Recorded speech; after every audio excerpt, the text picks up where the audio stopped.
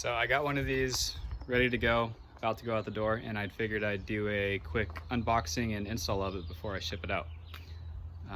Bear with me, I'm not the best video producer, so keep it quick. All right, so this kit is the Cubby mount, the one in all black with the USB charging module. So let's open it up.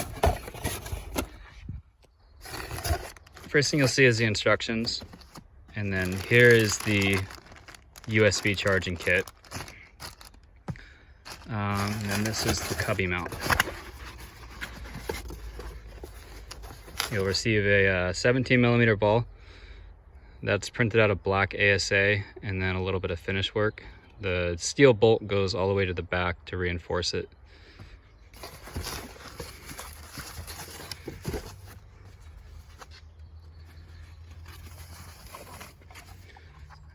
Okay, and there it is.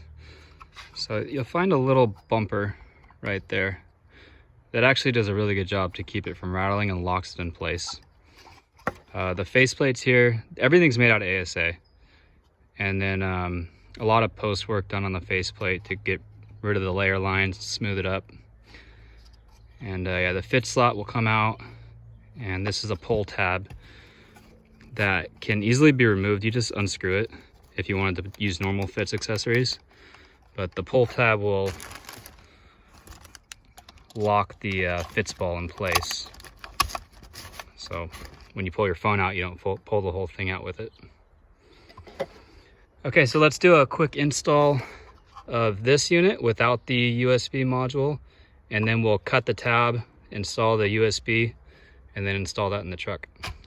So even if you received or you purchased the Cubby mount with the USB port that goes here, I'm going to ship them out like this, and you're going to have to cut that tab regardless. So it's good to do a test fit before you start cutting the tab, just to make sure you want to do it, because the most important thing is you do have to drill that hole, not the center one. That was a mistake. Only drill that one. And if you don't want to do that, if you're not comfortable, I totally understand. But there should be a little rubber tray that goes right here. I didn't receive one, and I'm not sure why, but I did this so that when you do drill those holes, the rubber tray will cover them up if you ever wanted to remove the Cubby mount or keep the truck stock or whatever.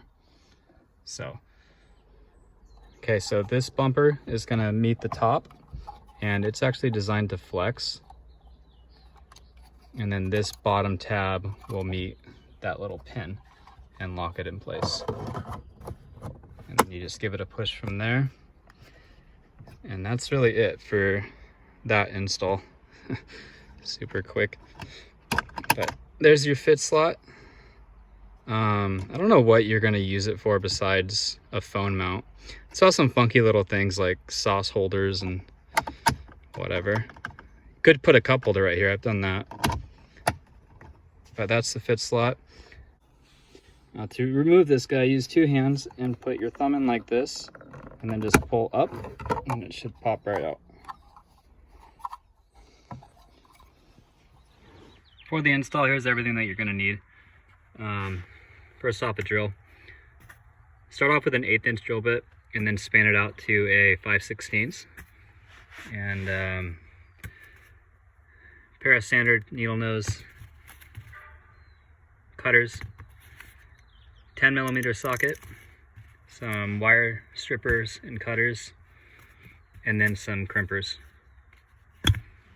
Included in the USB charging kit is a fuse tap with a 7.5 amp fuse, a 3mm Allen key, a ground wire terminal connector, your wiring harness for the module, and of course the Cubby mount.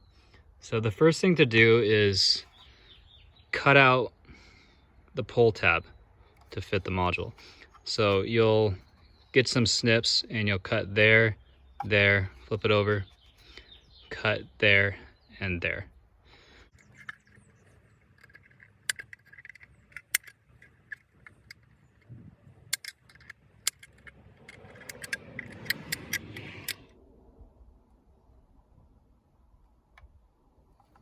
So next thing to do is take this then just pop it straight down in. And then push, you'll hear a click, another click, third click, and it's ready to go.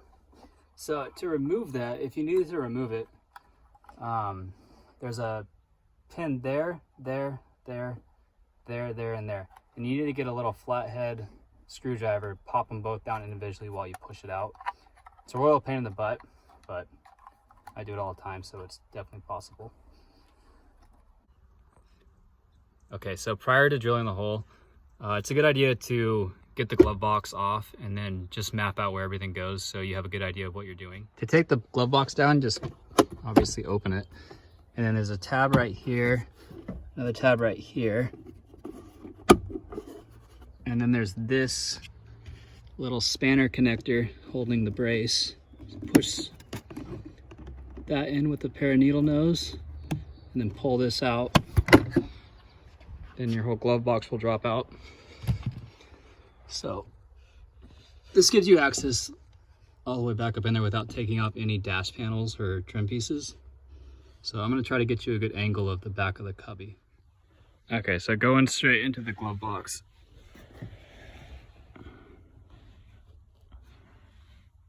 Oh, it's hard to see on the camera.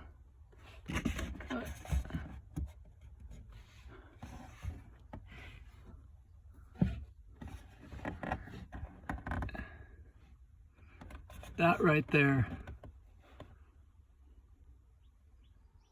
Okay, so now the scary part, drilling the hole.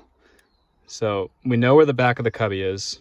We see the bottom right hand corner behind the glove box when we take it out. So start with you can see that I made a mistake. I initially tried to go in the center and there's no access to the center. So make sure you don't do that. You need to go in the bottom right hand corner. And that's because you should have received a rubber tray, which I didn't receive. And if you ever wanted to take the cubby mount out, sell the vehicle or just keep it stock, that rubber tray will cover up the hole and you'll never know it was there.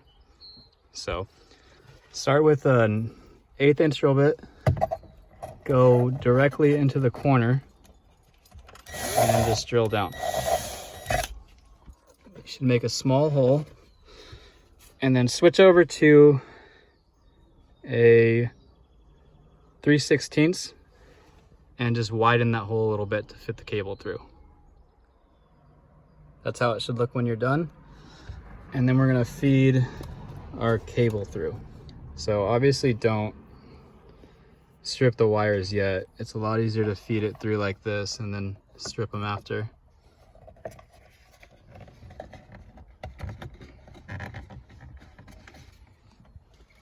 And then just keep pushing it. It usually finds its way pretty well. I'd say push a good 12 inches. And then get back into the glove box here. And with any luck, you should be able to see it, which we do. And then just pull it down. So now we're gonna bring this cable down to the fuse box. So you gotta remember that this needs that range of motion. So take your cable and go all the way to the back of that stuff and push it through that way. That way you can't like open or close the glove box and snag that cable somehow. Actually, I didn't even notice that. But we can just make this super easy. Just take this whole bit out. All right. We'll need the fuse tap, 10mm socket, and the ground wire terminal. All right, so now we got the cable pulled through, we're gonna splice the wires and hook everything up. So take your wire splicers and give that a yank. So your ground wire is gonna go there, and your positive 12 volt is gonna go to one of those fuses. So you need a good 4 to 6 inches separation between the two. So let's strip these down further. So take about, oh, I don't know, 8 inches or so. And then just pull that off. Now first let's wire this up. So we'll take the black ground, and it is important, you don't want to mix it up because the Molex terminals have to be oriented correctly. Okay.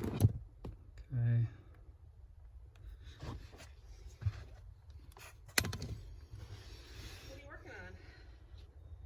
Doing a video for how to product I'm selling. How to install your stuff?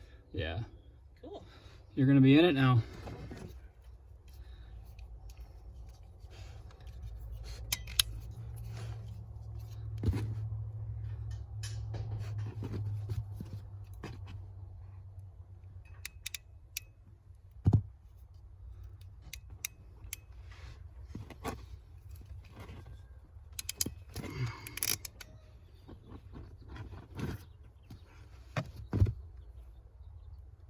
No, that's that. You can solder that if you wanted to.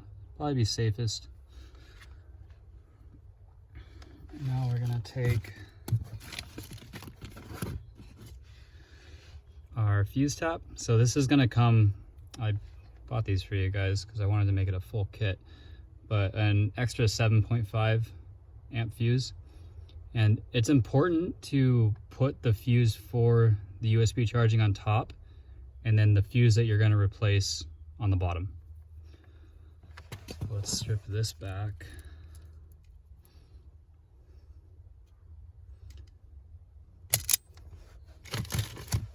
And then we'll do this one.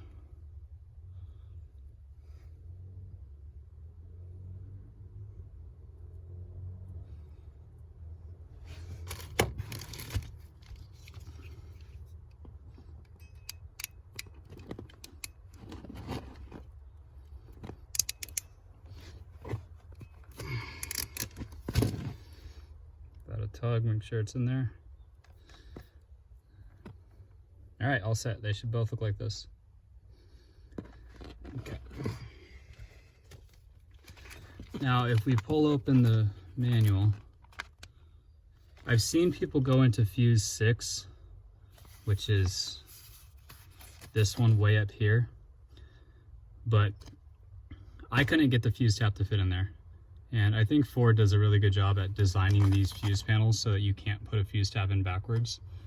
So I decided to stick with fuse 3. So that's what I'm going to show today. And a note on ignition only power and always on power. If you want it always on, which I could see it being pretty useful to, like, you know, if you had your car parked and you just wanted to charge your phone, you didn't want to turn your car on.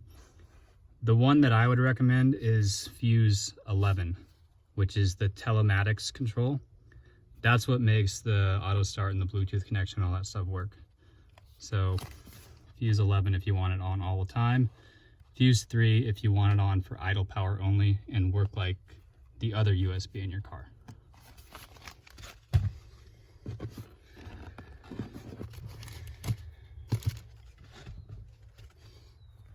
Okay. So now we're going to go in here and we're going to pull out fuse 3. Give me that.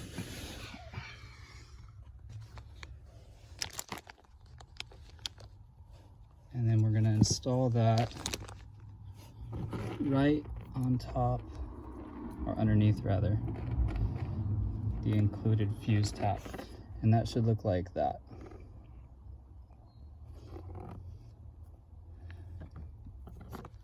So let's put the ground pin on now.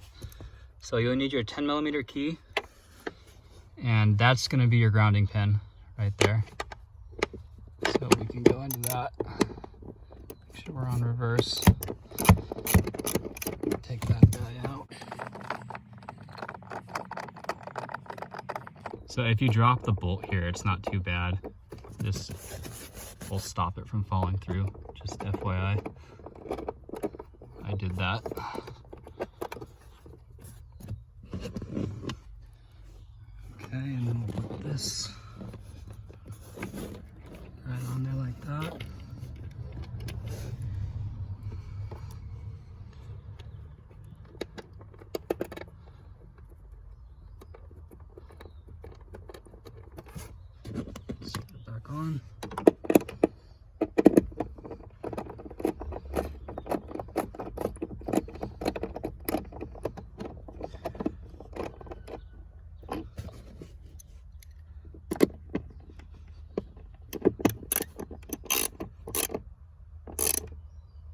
Not too tight, but snug. And then just make sure that you didn't accidentally get that red plastic in between the two metal surfaces, and that looks good. So now we're gonna take the fuse panel, or the fuse tap. So it's gonna go in like this, right? But this seems to get in the way a little bit. So what I recommend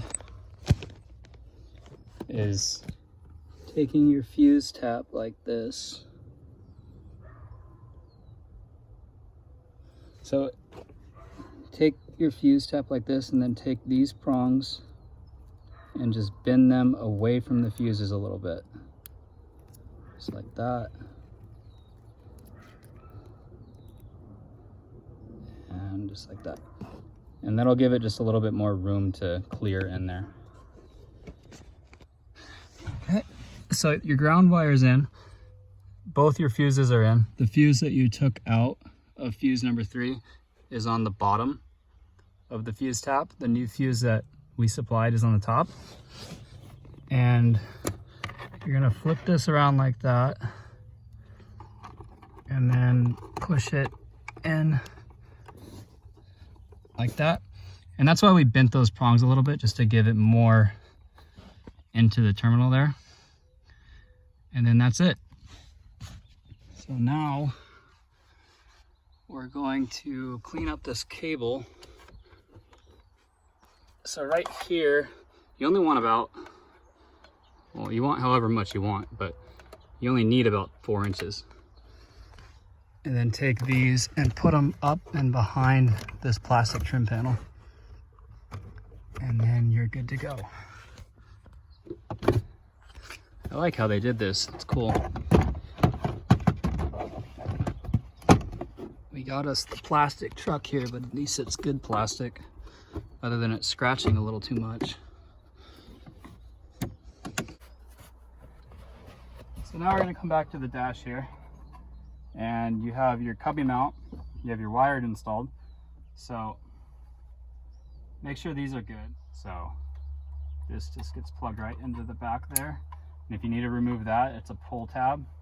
Try not to pull the wires, and then pull it right out. And that's like that, this is like that. Make sure your wire, so this wire cannot interfere with that. So give it a twist like that, and then you can just push it in, and now you're ready to go. So with any luck, you should be able to turn your key and have power. That was a good install.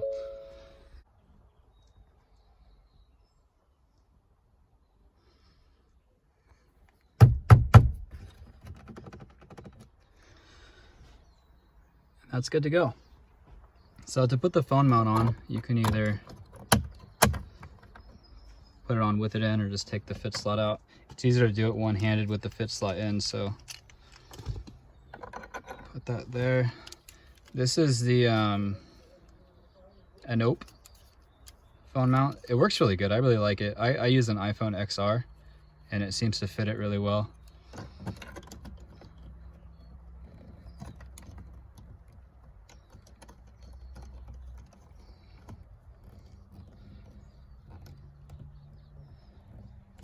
And that is good to go.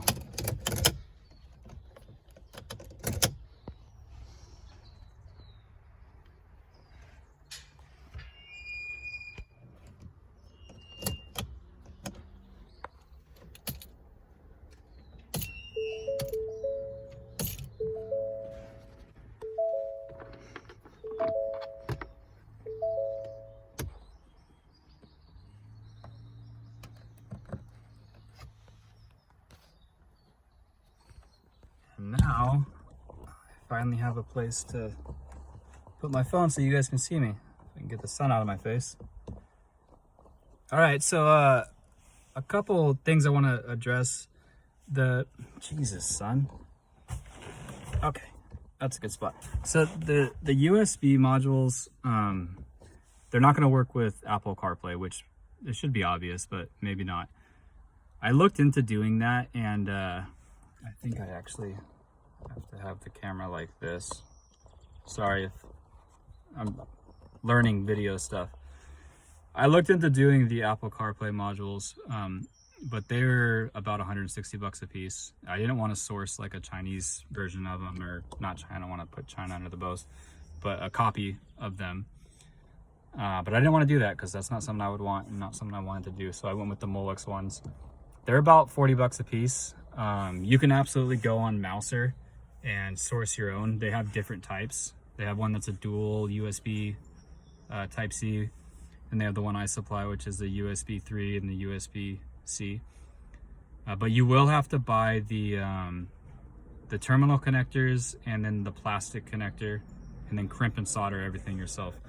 So that's where like my markup comes, because it's kind of a lot of work to do all that.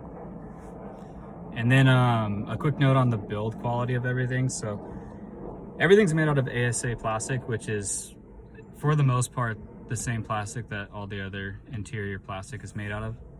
So it really should last the life of your truck. And if it doesn't, you know, we post that we have a 1-year warranty on everything, but that's super flexible. Like, down the road, if it breaks, there's absolutely no reason why I can't get you a replacement. Like, I design everything. We have our printers that can produce the parts. It's not like, you know, things are overseas and we got to wait to get shipments and we stop supplying replacement parts, something like that. So if anything ever breaks, anything like that, we got your back. We'll get you a replacement out. Just email us. akrogolf@gmail.com is the support email. And then our main website is going to be akrodesigns.com. Right now we're only on Etsy, kind of blend in with all the other Etsy stuff, but we'll get there.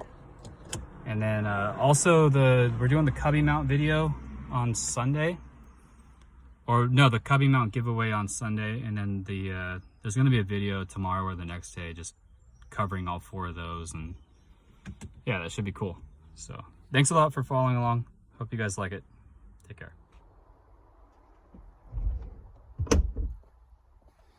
Okay, so if you installed the USB module, then obviously you cut out the pull tabs. So you're gonna need a method to take it out. In the instructions, if you look it up, this is called the hard removal. So first thing you're gonna wanna do is take this pull knob out and just unscrew it. And then take the included 3mm key and remove all 3 of these bolts.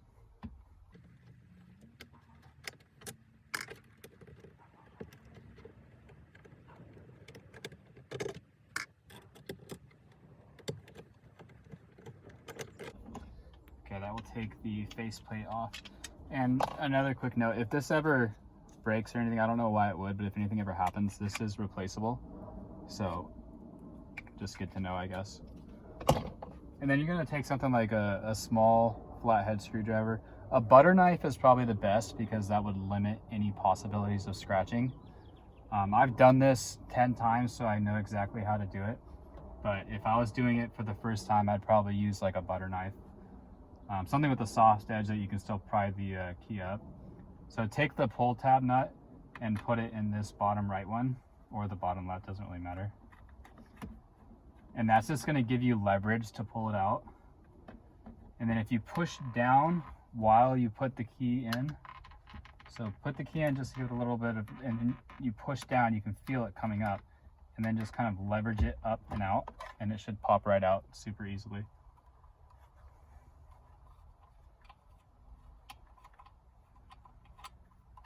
And remove the cable. Good to go.